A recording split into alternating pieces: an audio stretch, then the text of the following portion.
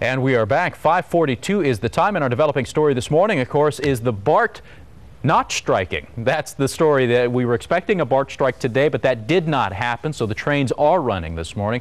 BART management and leaders of its second largest union, ATU, the Amalgamated Transit Union, met all weekend long, and late last night they did come out from behind closed doors to say they had reached a tentative agreement, so the strike had been called off. ATU members, though, still need to vote on this contract proposal. That vote expected to happen sometime this week. We're thinking later on in the week, but no specific date has been set yet. We'll let you know. Also, no details have come out yet about this specific agreement, although BART's general manager, Dorothy Duggar, did speak broadly, saying that this deal does eliminate work rules that management had thought were inefficient and costly, and it also gets them to their target goal now of cutting $100 million in labor costs. Here's what BART's general manager apologizing to riders for the uncertainty of the last couple of days. Take a listen. We're sorry. We truly regret the inconvenience and uncertainty to the public, and we will, as I've said, on-time performance is the service that our customers tell us they rely on most, and we try to improve on that goal every day. And again, we're following this online as well. I brought up our website just to give you a quick update on some of the features that we have for you this morning. If you'll just click on that link across the top that talks about there not being a strike, you'll be brought to our BART section here where we've got every story that we've done. We've got links on the side as well. And at 7:30 today, we're going to be doing live blogging on our website. So feel free to share your thoughts, your comments about the fact that there is no BART strike.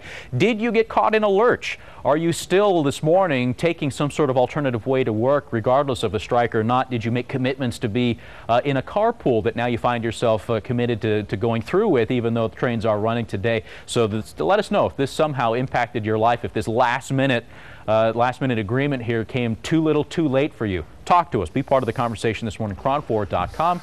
That live blog begins at 7:30.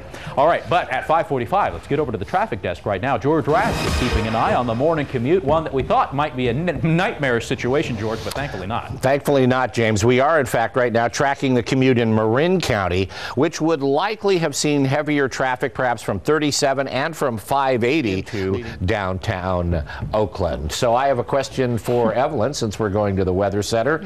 So has the aversion of the BART strike had any impact on the weather? Huge impacts, George. You don't even know. So we're actually, as a result, scared all the clouds away. So we're not seeing any cloud cover this morning. Actually, we are by the coast. But inland spots, we are looking at clear conditions, and part of the city pretty clear. We're actually at then warm to hot through your inland spots, 90s pretty much all week long. James. All right, Evelyn, thank you very much. The time is now 5:49, and again, we're following the latest on the Santa Cruz Mountains fire that's burning today. Still 65% contained, though. That's the good news. These are some of the pictures that were shot on Friday from Sky 4, where you can see the fire still raging here in that heavily wooded, dry, brushy area there along the Santa Cruz Mountains. Joining us on phone this morning, a CAL FIRE firefighter with an update now on conditions out there this morning. Good morning. Can you hear me? Good morning, sir. Can you hear me all right? Oh, we lost him on the line. We'll try and get him back, though, and get some updated numbers this morning. I can tell you, though, that some 2,400 people that were evacuated out of the Bonnie Doon area being told now they can come back home, so that's some good news. One of the benefits now of having this fire at least 65% under containment. Since Wednesday, though, since this fire began, we've got about, 6,800 acres burned so far. And it's not 100% contained, so this fire is still growing this morning. Expect that acreage number to grow. Swanton, the community of Swanton, which had been under mandatory evacuation along with Bonnie Doon, is still under mandatory evacuation. So of those two communities, only Bonnie Doon residents being allowed back in. Swanton residents still being told to stay out until they get a better handle on this fire. 2 buildings, we understand, did get damaged in this blaze, although neither one of them were told were homes. They were just outbuildings. So at this point, no homes destroyed, but we did get 2 outbuildings burned in this fire. We'll have more on this coming up in just a moment, but at 5:51, we've got to take a quick break. We'll be back with more in just a couple of minutes, including the latest on our top story, the fact that there is no BART strike. So if you're just tuning in, you can take BART today. Trains are running. We'll have more on yesterday's late agreement between management and its union, ATU, coming up in just a moment. Stay with us. Here's a live look from our roof camera. Again, the fog is out. The temperatures are cool, but they'll be warming up quite a bit inland this afternoon. Evelyn will have more on the forecast in just a moment. And we're back. 5:54 is the time in our developing news this morning. BART is back on track. Literally no strike today. It was averted late yesterday. Both sides came to agreement. We're talking about BART management and their second largest union, ATU, the Amalgamated Transit Union. They came out about 7 or so last night to announce that they had reached a tentative agreement, so there would be no strike. ATU members will still need to vote on that contract. That's expected to be scheduled sometime this week, but no specific date has come out just yet. And also no firm details on this new agreement have been released, but BART's general manager, Dorothy Duggar, did make some general statements. She said that this agreement does eliminate some of those work rules that management thought were inefficient and costly, and this deal does bring them closer to cutting that $100 million in labor costs that they were looking to do. We also have some video this morning that KRON 4's Will Tran shot out of the Fremont BART station. He shot this footage about 4:50 this morning. You can see the train pulling in there. Doesn't appear to be as many people on the platform as normally would be at this time in the morning, according to Will. He says perhaps people didn't get the word, or they decided, or they're stuck.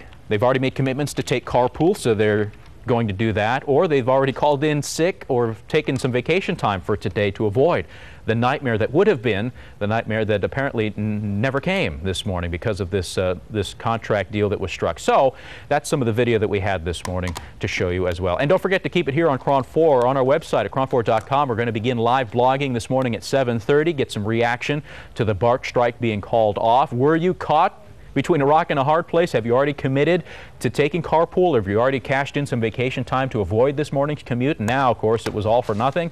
Let us know. Live blogging again begins at 7:30 on KRON4.com.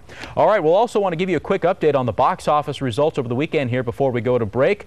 That sci-fi thriller District 9 came in #1. The Alien Saga, you know, it was produced by the Lord of the Rings director, Peter Jackson. That led the weekend. $37 million brought in. It only cost $30 million to make, so they're already making profit in their first weekend. Not bad. G.I. Joe, last week's #1, came in second at $22 million, and the other sci-fi tale, the romantic movie, The Time Traveler's Wife, that opened up this weekend in #3, $19 million brought in. All right, we're going to take a quick break at 5:57. We'll be right back, though. Again, the latest news with BART. No strike, no strike. You can take BART today. The trains are running. We'll be right back.